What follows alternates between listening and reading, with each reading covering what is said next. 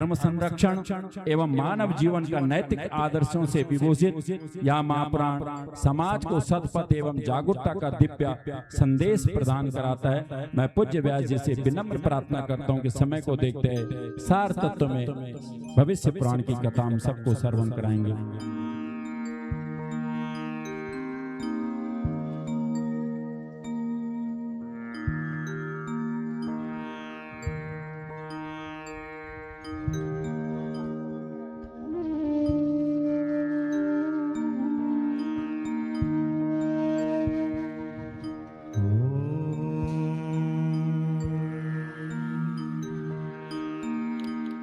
स्वस्ति श्री गणेशाय नमः।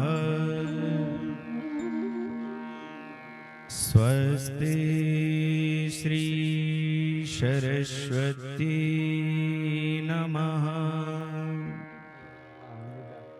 स्वस्ति श्री वेद पुरुषाय नमः। स्वस्ति श्री वटुक भैरवाय नमः। ॐ धियं सदा परिभवै नमभीष्टदोहम्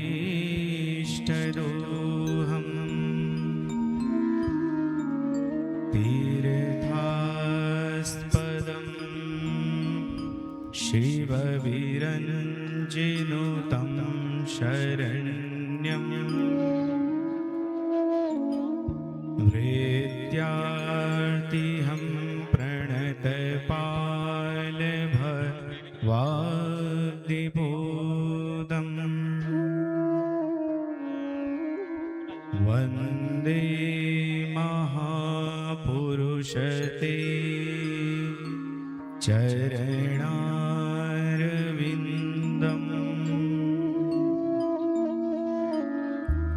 योऽन्ता प्रविश्य मम वाचमि मां प्रसुप्ताम्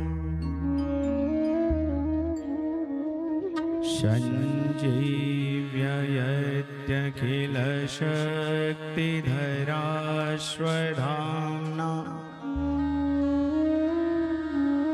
अन्यस्य हस्तचरणाश्रवणात्वगादीन् प्राणान्नमो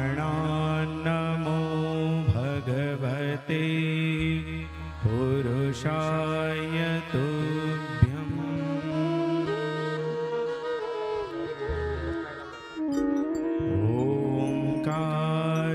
ओंकारपूर्वके देवी वीणा पुस्तकधारिणी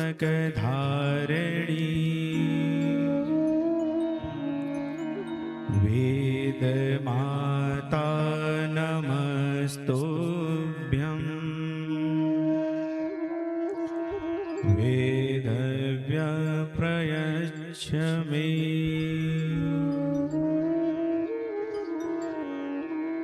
आइए हनुमंत विराजिए मैं कथा करूं मति अनुसार प्रेम सहित आसन धरूं पधारिए पवन कुमार पधारिए पवन कुमार।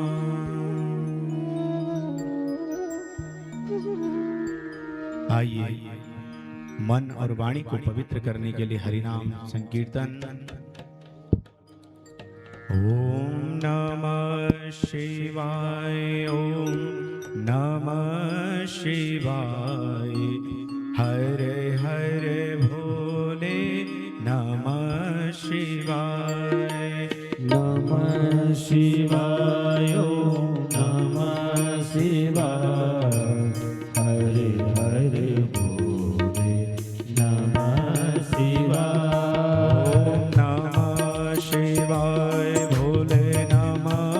शिवाय।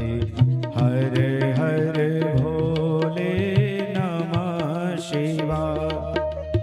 नमः शिवाय ओम नमः शिवाय। हर हर भोले नमः शिवाय। शिव गंगाधराय भोले गंगाधराय। हर हर भोले नमः शिवाय। नमः शिवाय ओम नमः शिवाय। हर हर भोले नमः शिवाय। गंगाधराय भोले गंगाधराय। हर हर भोले नमः शिवाय। गंगाधराय शिव गंगाधराय। हर हर भोले नमः शिवाय। शिव जटाधराय भोले जटाधराय। हर हर भोले नमः शिवाय। जटाधराय शिव जटाधराय। हर हर भोले नमः शिवाय। शिव गंगाधराय भोले गंगाधराय। हर हर भोले नमः शिवाय। गंगाधराय शिव गंगाधराय। हर हर भोले नमः शिवाय। देवलेश्वराय भोले देवलेश्वराय। हर हर भोले नमः शिवाय। देवलेश्वराय शिव देवलेश्वराय। हर हर भोले नमः शिवाय। देवलेश्वराय भोले देवलेश्वराय। हर हर भोले नमः शिवाय। देवलेश्वराय शिव देवलेश्वराय। हर हर भोले नमः शिवाय। शिव गंगाधराय भोले गंगाधराय। हर हर भोले नमः शिवाय। नमः शिवाय ओम नमः शिवाय। हर हर भोले नमः शिवाय। हर हर भोले नमः शिवाय। हर हर भोले नमः शिवाय। हर हर भोले नमः शिवाय। हर हर भोले नमः शिवाय। बोलो देवलेश्वर धाम की। बोलो अष्टादश महापुराण की।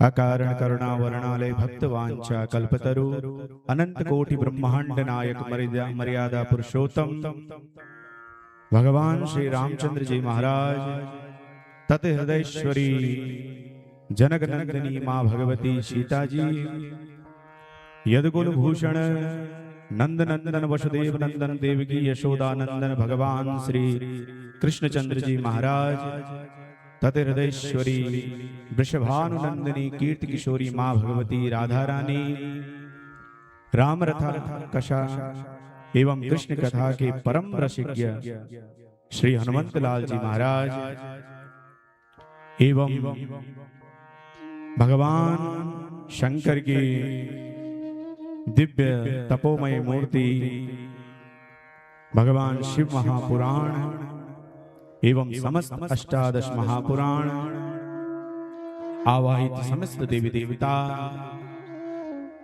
समस्त विप्रमंडली एवं इस अष्टादश महापुराण के मुख्य वक्ता श्री शिव महापुराण के वक्ता आपके चरणों में कोटि कोटि नमन एवं इस यज्ञ के मंडपाचार्य, यज्ञ आचार्य एवं सहस्त्र चंडी के आचार्य, आप सभी के चरणों में मेरा कोटि कोटि नमन।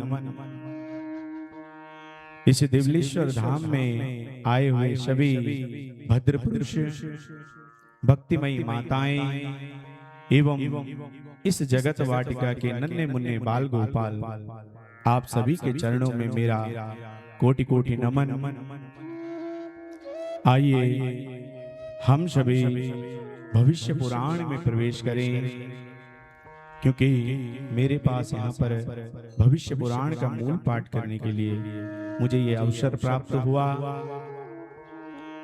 ओम नारायणं नमस्कृत्यं नरं चैव नरोत्तमं देवीं सरस्वतीं व्यासं ततो जयमुदीरये। जयति पाराशरः शूनः सत्यावतीर्दयनन्दनो व्यास यस्य कमलगलितं वाङ्मयाश्रितजगत्पीवती। इस पुराण को श्रवण करने से पहले सर्वप्रथम भगवान आदि नारायण को प्रणाम एवं मां भगवती सरस्वती को प्रणाम। उसके बाद इस पुराण के रचयिता श्री वेदव्यास जी को प्रणाम करते हुए इस पुराण पर बढ़ना चाहिए। बोलो भविष्य महापुराण की। तो महाराज सर्वप्रथम इसमें जय शब्द आया है। जयोपजीवेयो विप्रा सा महागुरुरूपये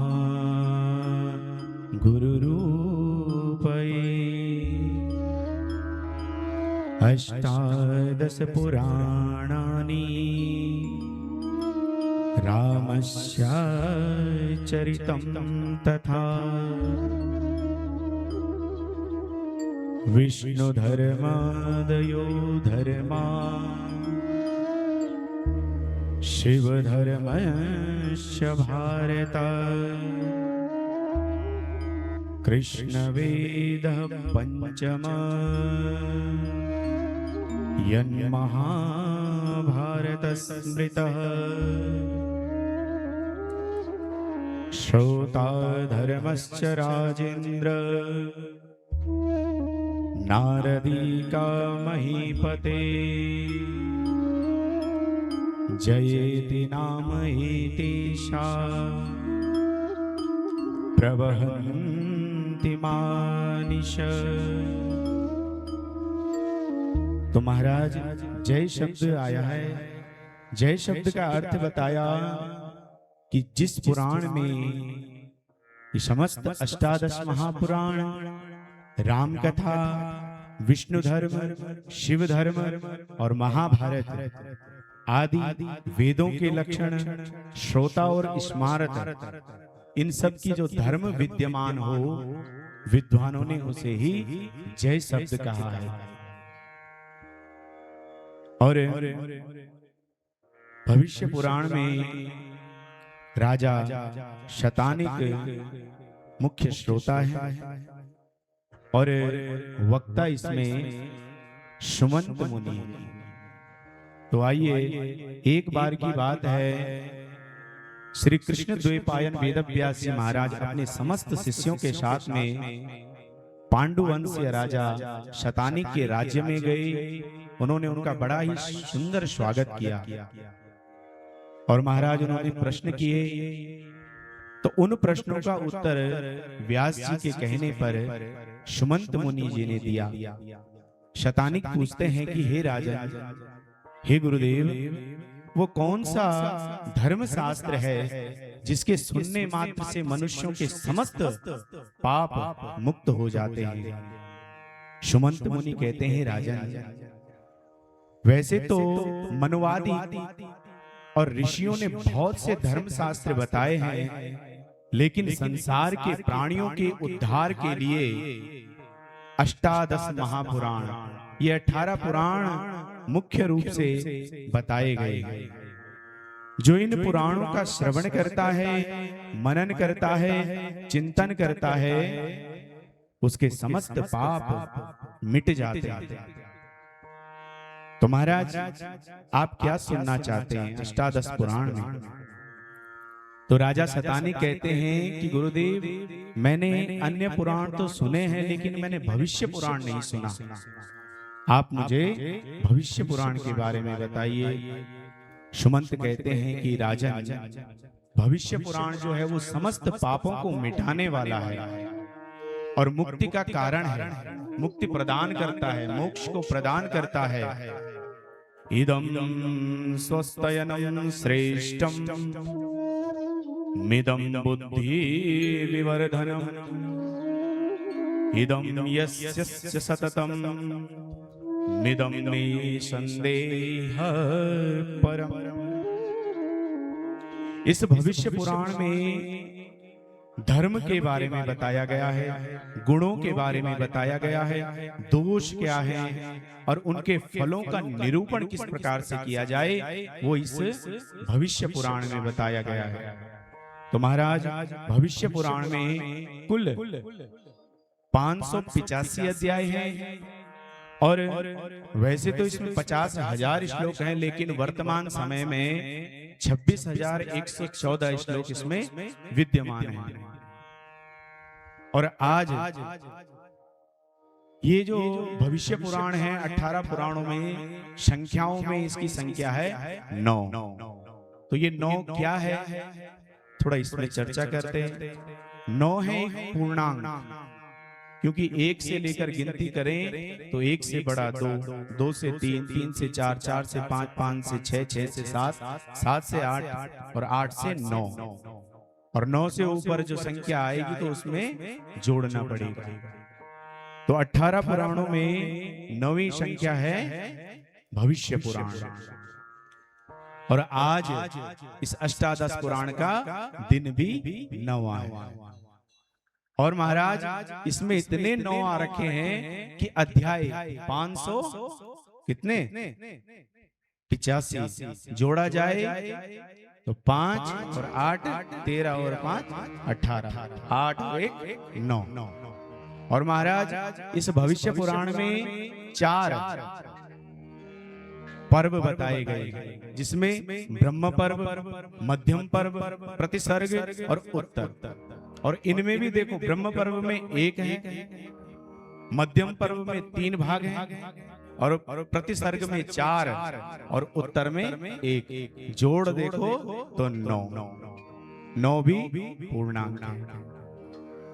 और देखा जाए तो महाराज, आज जो है भविष्य पुराण में गणेश पुराण से लेकर के और भविष्य पुराण तक की संख्या होती है 26। 6 और 2 8 और मुझे समय मिला 1 बजे के बाद, तो जोड़ा जाए तो संख्या होती है 9। तो कितना बड़ा संयोग है ये 9 का, क्योंकि 9 क्या है, पूर्णांक है। ओम पूर्णमदः पूर्णमिदं पूर्णात् पूर्णमुदच्यते पूर्णस्य पूर्णमादाय पूर्णमेवावशिष्यते। और महाराज, वो परम पिता क्या है, पूर्ण। और आज की जो तारीख बताई जाए तो क्या है 29, तो उसमें भी क्या आ रहा है 9। और अगर इन दोनों को जोड़ दिया जाए तो ये 9 कहना क्या चाहता है, 9 और 2 26, 9 और 2 क्या कह रहे हैं 11, एक आत्मा और एक परमात्मा। तो इस आत्मा को परमात्मा में लीन करना ही क्या है, ये पुराणों का क्या कहा गया है, सार कहा गया है महाराज। और इनमें कई बार 5 भी आया है, संख्या जोड़ी जाए तो 5 भी है। तो वो 5 क्या बता रहे हैं? वो हमारे उन 5 आदि देवताओं को बता रहे हैं कि जिनका हमें निरंतर सतत ध्यान करना चाहिए। कौन कौन से देवता हैं वो? आदित्या गणनाथं च देवी शंकरमेव च कारणं विष्णुमेवं च पंचदेवा प्रकीर्तिता। तो महाराज ये 5 देवता कौन से हैं? ये आदि प्रकृति है, जिसमें गणेश जी, सर्वप्रथम गणेश जी जो बुद्धि के दाता हैं और शुभता के प्रतीक है, विघ्नहर्ता है। उसके बाद भगवान नारायण जो क्या करते हैं? इस जगत का पालन करते हैं, संरक्षण करते हैं। उसके बाद भगवान शंकर जो क्या करते हैं? संहार करते हैं। और उसके बाद मां भगवती दुर्गा जो शक्ति और ऊर्जा का स्रोत है, प्रतीक है। और सबसे बाद में आए भगवान सूर्य नारायण। सूर्य नारायण भगवान ऊर्जा और जीवन शक्ति के प्रतीक हैं, क्योंकि इस भविष्य पुराण के जो मुख्य वक्ता है वो भगवान सूर्य नारायण ही है। और महाराज इसमें 5 लक्षण विद्यमान हैं। कौन कौन से? सर्गश्च प्रतिसर्गश्च वंशो मनवंतराणि च वंशानुचरितं चैव पुराणं पंचलक्षणम्। तो महाराज इसमें सर्ग की कथाएं, प्रतिसर्ग, वंश, मनवंतर और वंशानुचरित की कथाएं हैं। इसमें 14 विद्याएं विद्यमान हैं। कौन कौन सी? इसमें 4 वेद हैं, ऋग, यजुर, साम और अथर्ववेद। 6 वेदांग हैं, शिक्षा, कल्प, निरुक्त, व्याकरण, छंद और ज्योतिष। ये इसमें मीमांसा का वर्णन है, न्याय का वर्णन है, पुराणों का वर्णन है, धर्मशास्त्र, आयुर्वेद, धनुर्वेद, गंधर्ववेद और अर्थशास्त्र। महाराज इन सबको भी जोड़ा जाए तो पूर्णांक आता है 18। 8 और 1 9। तो कितने सौभाग्य की बात है हम सभी के लिए कि इस 9 के बीच में ये समस्त सृष्टि और ग्रह भी हमारे 9 ही हैं। सूर्य, चंद्र, भौम, बुध, बृहस्पति, शुक्र, शनि और राहु और केतु। और इन भविष्य पुराण में जो है 4 वर्णों का वर्णन आता है, जिसमें सदाचार के बारे में बताया गया। इस भविष्य पुराण में हमारे वैवाहिक आदि जितने भी संस्कार हैं, स्त्री और पुरुष के जो लक्षण हैं, देवताओं की पूजा की जो विधि है, राजाओं का क्या धर्म है, क्या उनका कर्तव्य है, सूर्य भगवान, नारायण भगवान, रुद्र भगवान, दुर्गा और सत्यनारायण आदि व्रत कथाओं की इसमें क्या है? विस्तृत चर्चाएं। पूर्णमासी आदि व्रतों की है, स्नान की, तर्पण की, जाति धर्म, कुल धर्म, वेद धर्म और जितने भी यज्ञादि कार्य संपन्न किए जाते हैं वो सब किसमें है? इसमें विद्यमान है। ये पुराण सर्वप्रथम किसने किसे सुनाया? तो कहते हैं कि ब्रह्मा जी ने भगवान शंकर को, शंकर जी ने नारायण को, नारायण भगवान ने नारद जी को, और नारद जी ने इंद्र को, इंद्र ने पाराशर मुनि को, और पाराशर जी ने अपने पुत्र व्यास जी को, और व्यास जी से सुमंत मुनि ने ये श्रवण किया। तो महाराज परमपिता ने इस सृष्टि की रचना के लिए 4 वर्ण बताए, जिसमें ब्राह्मण, क्षत्रिय, वैश्य और शूद्र। चारों को नियमित रूप से कार्य भी बांटे। ब्राह्मणों के लिए 6 कर्म बताए गए हैं, जिसमें है पढ़ना, पढ़ाना, यज्ञ करना और करवाना, दान देना और दान लेना, ये ब्राह्मणों के कर्म है। क्षत्रियों के लिए बताए गए पढ़ना, दान देना, यज्ञ करना और प्रजा का पालन करना। वैश्यों के लिए कहा आपने पढ़ना है, यज्ञ करना है, दान देना है और महाराज धन की को कमाने के लिए क्या करना है, व्यापार में अपना धनार्जन करें। शूद्रों से कहा आपने इन तीनों वर्णों के साथ मिलकर के कार्य करना है, सहयोग करना है। तो देखो कितना सहयोग यहाँ पर मिल रहा है। अष्टादश पुराण में सभी देखो धन भी आ रहा है और भूमि भी दान हो रही है, धन का दान हो रहा है। सब अपने तन मन और धन से क्या कर रहे हैं, इस अष्टादश पुराण में अपना सहयोग दे रहे हैं। एक बार सभी के लिए ताली बजा देंगे जोर से, बोलो अष्टादश महापुराण की जय। तो महाराज अब आते हैं हम मुख्य बात पर। शतानिक राजा पूछते हैं कि भगवान ये बताइए कि उस परम पिता परमात्मा को प्राप्त करना हो, उस ब्रह्मलोक को, उस ब्रह्म तत्व को प्राप्त कैसे किया जाए, वो गुण क्या है। तो कहते हैं मुख्य तौर से 48 संस्कार बताए गए वेदों में। कहते हैं वो कौन कौन से हैं। तो सबसे पहला संस्कार आता है गर्भधारण का। महाराज जिसमें शुद्ध संकल्प लेकर के आज जीवन की, शुद्ध जीवन की श्रेष्ठ शुरुआत की जाती है। उसके बाद पुंसवन संस्कार, जिसमें गर्भस्थ जो शिशु है ना, उसके उत्तम विकास की कामना की जाती है। उसके बाद श्रीमंत नयन, जिसमें क्या है, माता और शिशु की जो है सुरक्षा किस प्रकार हो। जात कर्म संस्कार, जिसमें उस जन्म लिए हुए बालक का जो ये पहला संस्कार कहा गया है। इसके बाद नामकरण संस्कार, जो है शुद्धता और अर्थपूर्वक नाम रखा जाना चाहिए। देखो मेरी माताओं बहनों, पहले के जो पुरुष होते थे अपने बच्चों का नाम भगवान के नाम पर, आप सभी ने कथाएं सुनी है। अपने बच्चे का नाम अनजाने में नारायण रखने से अजामिल का क्या हो गया था, उद्धार हो गया था। और पहले के लोग देवताओं के नाम रखते, क्यों? क्योंकि घर में जितनी बार हम उसका नाम लेते रहे तो अनजाने में भगवान का नाम लेते। बोलो नारायण भगवान की जय। तो इसलिए आप सभी अपने बच्चों के नाम क्या रखेंगे, भगवान के नाम पर। इसके बाद आता है निष्कर्म संस्कार, जिसमें उस बच्चे की प्रकृति से पहला मिलन होता है। उसके बाद अन्नप्राशन संस्कार, आज पहला निवाला बच्चा क्या अन्न का खाता है। उसके बाद चूड़ा कर्म संस्कार, शुद्धता और नवीन जीवन के प्रतीक का शुद्ध का। कर्ण भेद संस्कार, उसके स्वास्थ्य के लिए, रक्षा के खातिर। विद्यारंभ, आज से विद्या प्रारंभ। और उपनयन संस्कार, आज से वो क्या है, अनुशासन और ज्ञान का प्रतीक होता है। यज्ञोपवीत संस्कार। वेदारंभ, जिसमें क्या है, वेद की आरंभ, विद्या आरंभ करना। केशांत, अब वो युवा अवस्था में जा रहा है।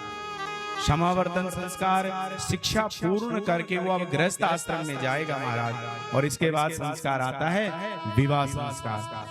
तो आजकल उस विवाह संस्कार को सभी ने खत्म कर दिया, संस्कार तो कहीं रहे ही नहीं। तो मेरी आप सभी से, क्योंकि मैं समय की अवहेलना है इसलिए मैं आपको विस्तार से नहीं बता पाऊंगा, तो इसलिए आप सभी से हाथ जोड़ करके निवेदन है कि आप अपने बच्चों को संस्कार सिखाएं।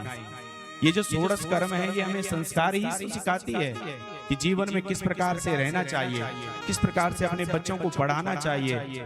अपने बच्चों, आज हम किसी के घर में जब पूजन करने जाते हैं तो कहते हैं हमारा बच्चा नहीं जानता, वो दीपक जलाना नहीं जानता। क्यों?